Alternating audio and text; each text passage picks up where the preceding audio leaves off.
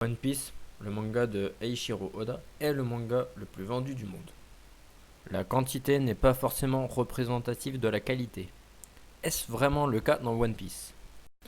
Juste un petit mot concernant le chara design de ce manga, car il peut en rebuter plus d'un. Ce dernier est assez original, il faut l'avouer. Mais c'est un petit peu comme South Park. On s'y habitue vite et on ne voit pas vraiment comment One Piece aurait été sans cela. Mais ce qui est surtout intéressant dans ce manga, c'est l'univers, car ce dernier est immense. Oda a créé un monde façonné de sa propre logique, qui n'a donc rien à voir avec le nôtre. Dans One Piece, si l'on connaît bien l'univers, l'illogique est seulement temporaire. Tout comme on n'est pas sans le savoir, on n'acquiert pas la logique de One Piece dès le début, mais au contraire au fur et à mesure. Plus le manga avance, plus nous comprenons le fonctionnement de ce monde, et plus ce manga est intéressant.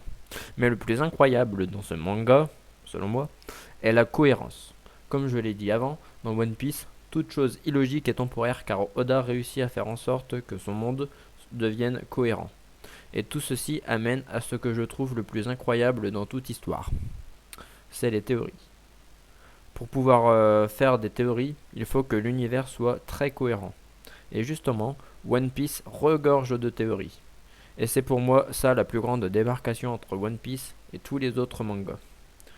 Oda nous donne l'impression d'avoir prévu à l'avance un petit peu tout.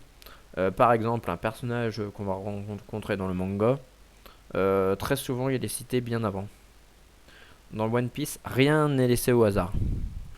On s'imagine ce qui va se passer et on a hâte de voir ce qui va être au final. Au final, cet univers est presque vivant, car on a tendance à oublier que tout ceci vient de l'imagination d'un gars, et que cet univers n'existe pas, et que tout pourrait disparaître du jour au lendemain. En somme, je conseille à tout le monde de regarder ou lire ce manga.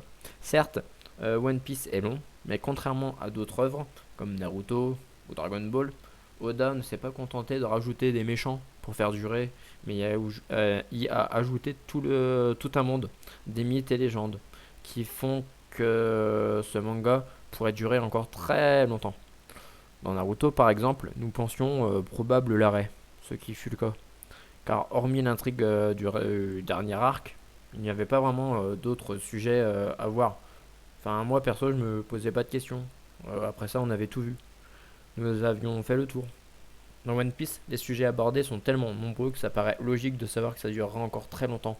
Il y a tellement de questions qu'on se pose sur l'univers.